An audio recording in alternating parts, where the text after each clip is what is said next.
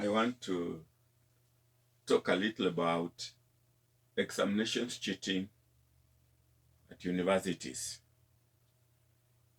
I'm going to approach it through the domains of learning and how they relate to examinations cheating. We know there are three common, almost universally accepted domains of learning. We have the cognitive, we have the affective, and we have the psychomotor. They are commonly referred to as Bloom's taxonomies.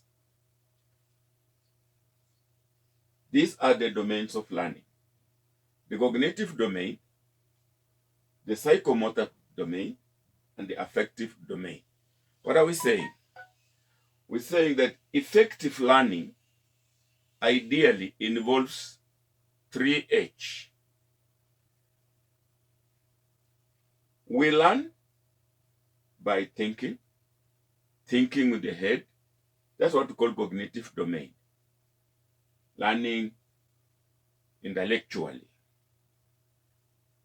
We also learn by doing with the hands, hands-on, and that is the psychomotor domain. But we can also learn, and we also do learn, by feeling with the heart, owning what we learn. And that's the affective domain.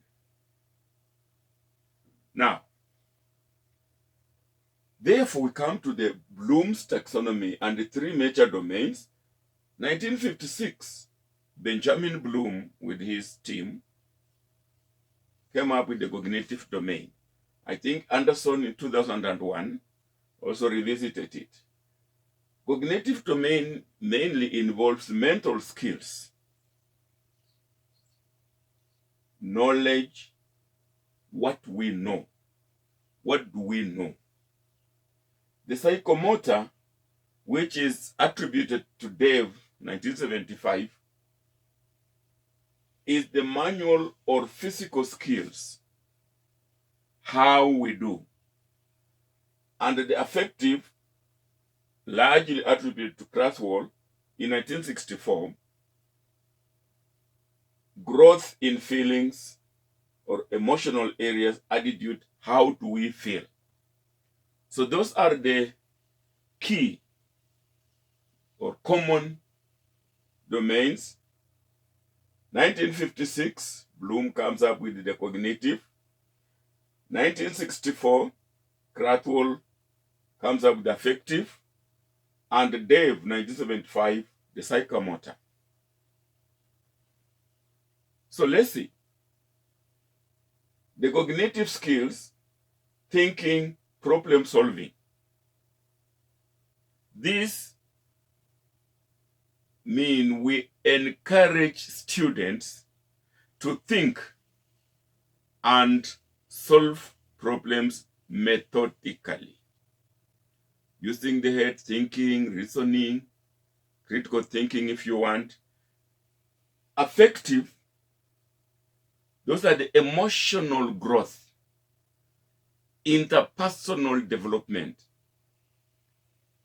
We lead students to more interaction with the peers, maybe in groups as they learn, as well as self-confidence that yes, I own what I learn.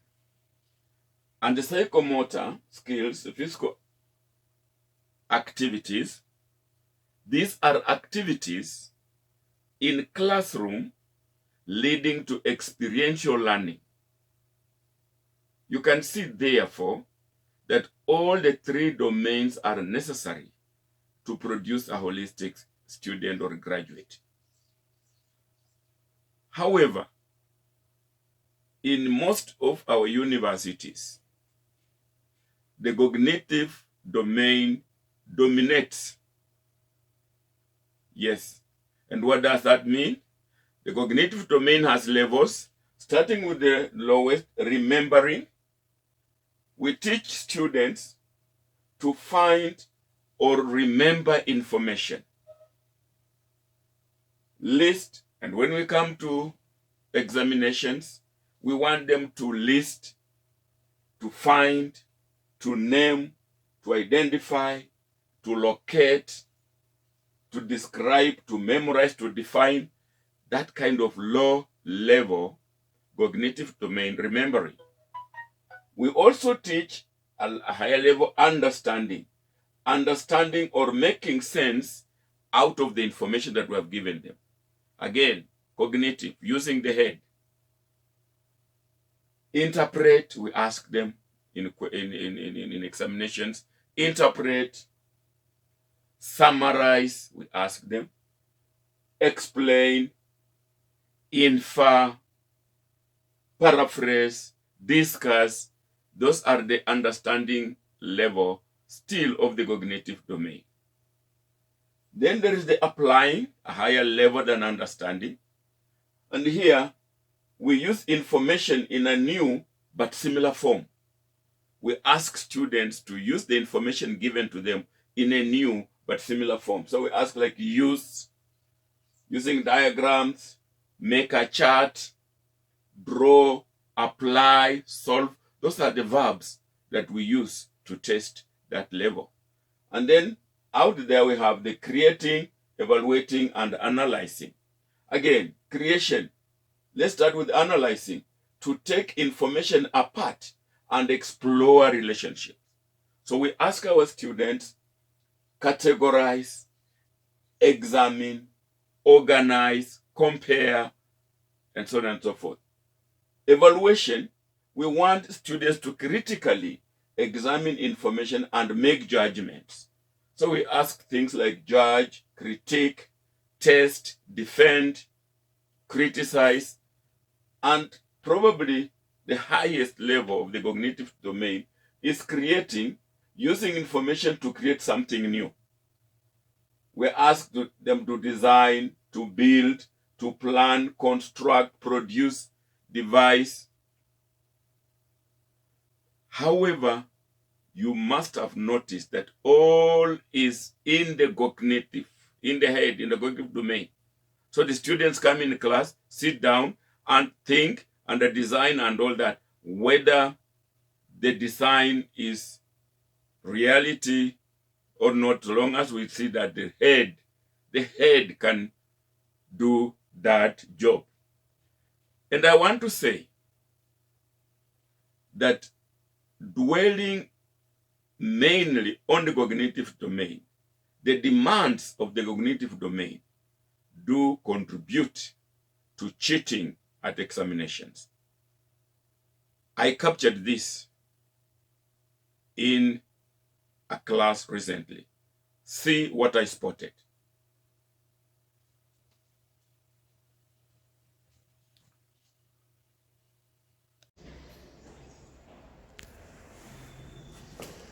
This is a hall, a room, a tuition room in one of Jomo Kenyatta University of Agriculture and Technology halls. You can see this is a wall, and you can see what has been written here. Students have written some theories, something they learned in class.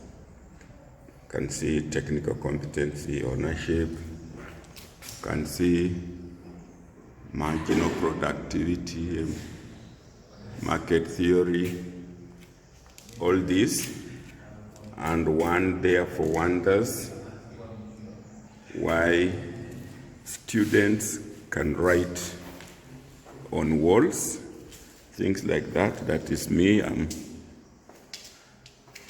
You can, there it is, tools of monetary policy, all this written on walls.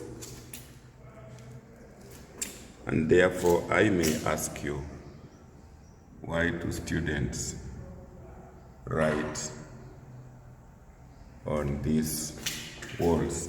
Since I have my students here, let me ask them, why do you think Why do you think students write on walls these things? I think masomo zingine it becomes a bit tough. So, like on exam time, someone can write to remind him or herself of the notes that he had studied. What do you think yourself? Yes, it could be they don't believe in their memory so much, so they have to write so that they use something to remind themselves. You have heard it from my students. They have come for this unit. It is protection of innovations. If I may ask you, in the examinations of my examinations, how could this writing on the wall help you? It will be very relevant because your examination is more project-based rather than a written exam. So it will be useless to write on the wall. You have heard it from the students who undergo my lessons. You can see from their answers, the students are treated to written examinations which are lifted from textbooks, which are lifted from notes, and therefore the students think that this might appear in the exams. Therefore, as you have heard from one of my students, they write it here. In case something appears in the exam, they can remind themselves, and therefore, indeed, this is what you get by treating students to written exams, and particularly written exams that come right from the notes, right from the textbooks. It encourages cheating. And this is one reason that I have discovered for the need to eradicate written exams. I have done it for the last so many years. You can call it even 10, 20 years.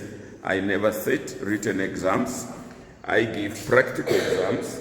My students will do projects, and as you have heard from one of my students, let them write on the walls, but when they get WISA's exams, it will be relevant because the exam is practical. At university level, when you get students writing on walls like this, they have been treated to that cognitive level teaching and the normal what you will call Bloom's taxonomy text testing, which is recall or even analyze, but very low level cognitive domain testing, and therefore it encourages students to safeguard themselves by scribbling on the walls, and these writings are here even during the examination time.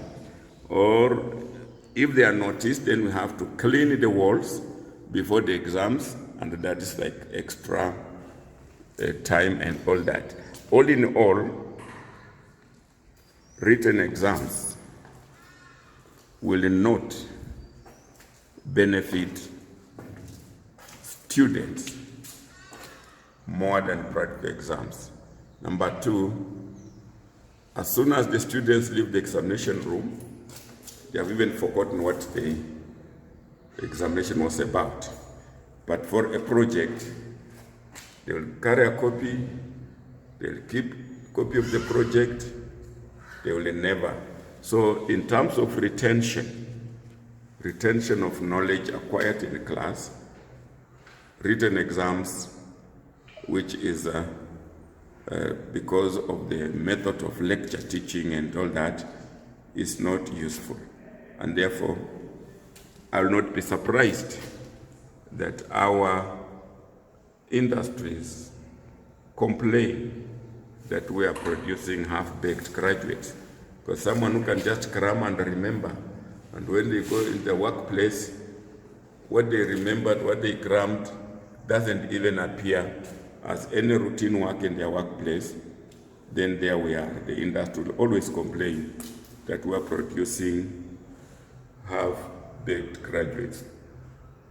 In my opinion, we need to change completely the method of teaching, the method of examining, and make students more practical. Indeed, in certain subjects, students can even start consultancies while they're still on campus. This is just one of the halls in the university. You go to any other hall, you'll always get, and not just the halls, you look at any desk also, you'll find they have written things on desks. You can see those are writings on desks. And this is proof that students expect to get questions that require them to recall and cheat by writing on tests. My campaign remains that we must move away from lecture-based examinations, the traditional method of teaching and giving examinations. We are not producing robots for industry. We want to produce both thinkers and doers.